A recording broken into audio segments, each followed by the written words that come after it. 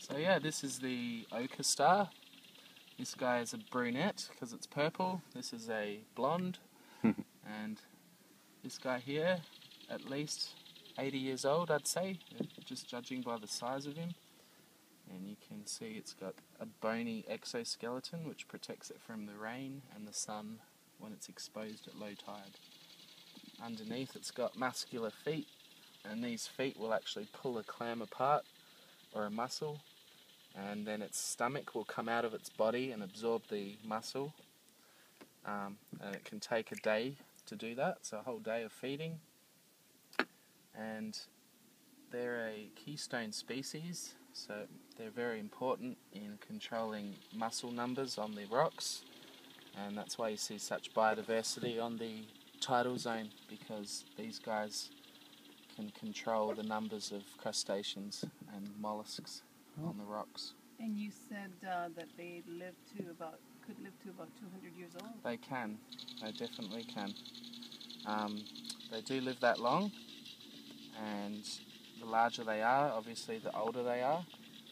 And a guy about this size, a seagull, will actually feed on this. One of the only predators they have is a seagull. A seagull will swallow one of these. Really?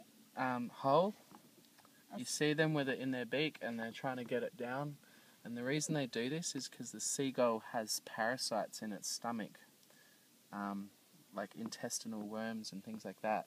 And the rough skin of the sea star will actually strip the intestines of the seagull and remove the parasites. Oh, so that's why they eat them. So it does it for its cleansing? Yeah, rather than nutrition. Right. Not a lot will eat sea stars. They're not very palatable. The star treatment. Yeah.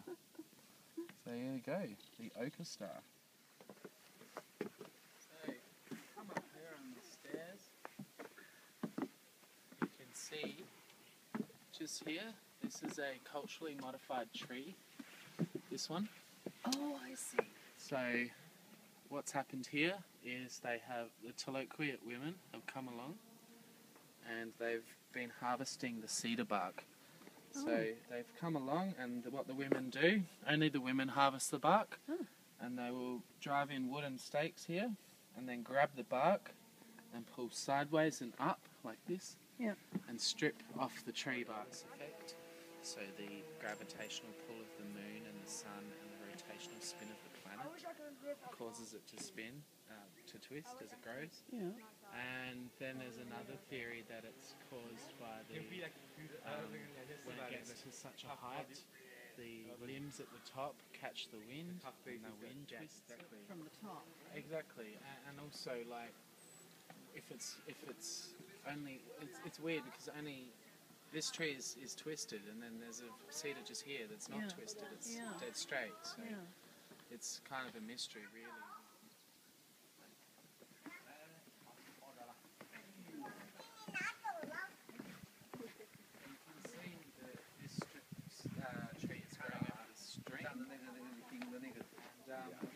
It was a mystery until the 1990s how these trees got to such a huge size in such a small amount of soil.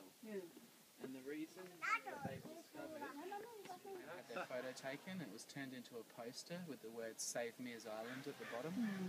And these people, this poster went around the world and raised awareness of what was here and what stood to be lost. I mean, for this tree to be cut down is just pure criminal. How could anybody do that? I know.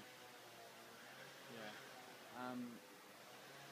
It's a really great photo. So she's a beauty. We love her.